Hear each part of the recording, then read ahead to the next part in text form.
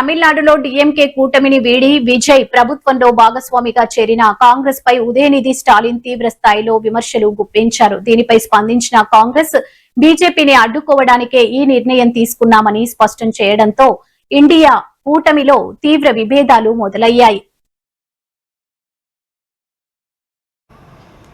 భారతదేశంలో రాజకీయ పరిణామాలు శరవేగంగా మారుతున్నాయంటే అవుననే సమాధానం కనిపిస్తుంది. ప్రత్యేకించి దేశంలో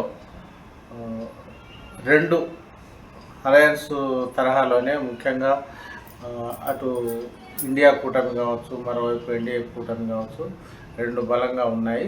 కొన్ని పార్టీలు అయితే వివిధ రాష్ట్రాలకు సంబంధించి కాంగ్రెస్ నాయకత్వంలోని ఇండియా కూటమి ఆధ్వర్యంలో పనిచేస్తున్నాయి. మరోవైపు బీజేపీ ఆధ్వర్యంలోని ఎన్డీఏ కూటమిలో మరికొన్ని పార్టీలు భాగస్వాములుగా ఉన్న నేపథ్యంలో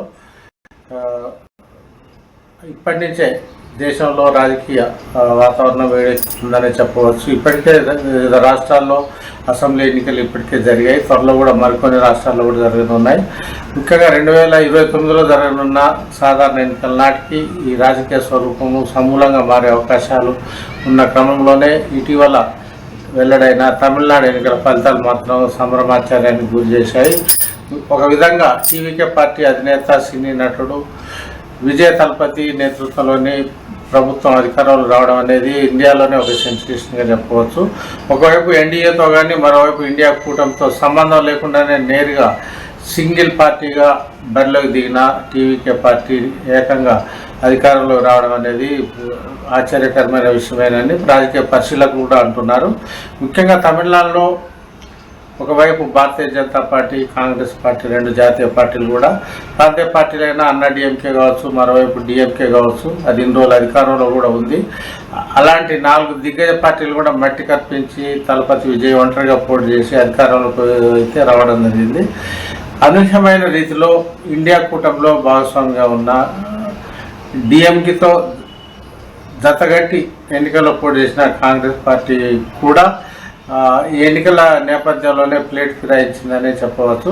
డిఎంకేతో పొత్తు పెట్టుకుని ఎన్నికల్లో 5 సీట్లు సాధించిన కాంగ్రెస్ పార్టీ పొత్తు ధర్మాన్ని విస్మరించి టీవీకే పార్టీకి బహిరంగంగా మద్దతు ప్రకటించడమే కాకుండా ఇప్పుడు ఆ ప్రభుత్వంలో భాగస్వామిగా ఉండడం కూడా విశేషం. ఈ పరిణామాలన్నీ డిఎంకే పార్టీకి ముందుకు పడడం లేదు.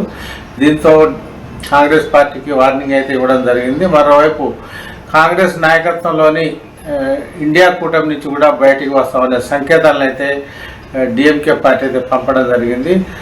తమ చొరవతో 5 సీట్లు గెలుచుకున్న కాంగ్రెస్ పార్టీ ముఖ్యంగా తమిళనాడు ముఖ్యమంత్రిగా స్టాలిన్ కావాలని కోరుకున్న ప్రజల అభిప్రాయాలకు విరుద్ధంగా టీవీకే పార్టీకి మద్దతుగా కాంగ్రెస్ ప్లేట్ ఫిరాయించడం ఏందని కూడా డిఎంకే విమర్శిస్తున్నది.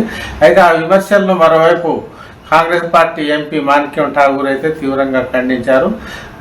ప్రత్యేకించి తమిళనాడులో ప్రతిపక్ష నేత మాజీ ఉప ముఖ్యమంత్రి ఉదయనిధి స్టాలిన్ చేసిన ఆరోపణలు ఆయన తిప్పికొట్టారు. వాస్తవానికి దక్షిణాది రాష్ట్రాల్లో బలపడేందుకైతే ఇప్పటికైతే కాంగ్రెస్ పార్టీ తీవ్రంగా కృషి చేస్తున్న, ముఖ్యంగా భారతీయ జనతా పార్టీ కృషి చేస్తున్నదని కూడా మాణిక్యం ఠాగూర్ అయితే స్పష్టం చేశారు. ఈ నేపథ్యంలోనే బీజేపీ కుట్రల్ని చిత్తు చేసి డిఎంకే పార్టీ అసెంబ్లీలో ప్రతిపక్ష నేత అయిన ఉదయనిధి స్టాలిన్ అయితే స్పష్టం చేశారు.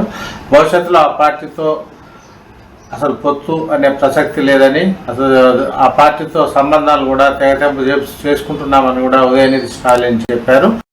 మరోవైపు కాంగ్రెస్ శ్రేణులు కూడా ఈ పొత్తుల వ్యవహారం సంబంధించి ఇది డిఎంకేకు లింక్ ఉండడంతో 6 నెలలు వేసి చూస్తాము టీవీకే పాలనపై అని ఏదో ప్రకటించిన తమిళనాడు మాజీ ముఖ్యమంత్రి తాజాగా టీవీకే ప్రభుత్వంపై విరుచుకుపడడానికి కూడా కాంగ్రెస్ పార్టీ మరోవైపు విరుచుకుపడింది.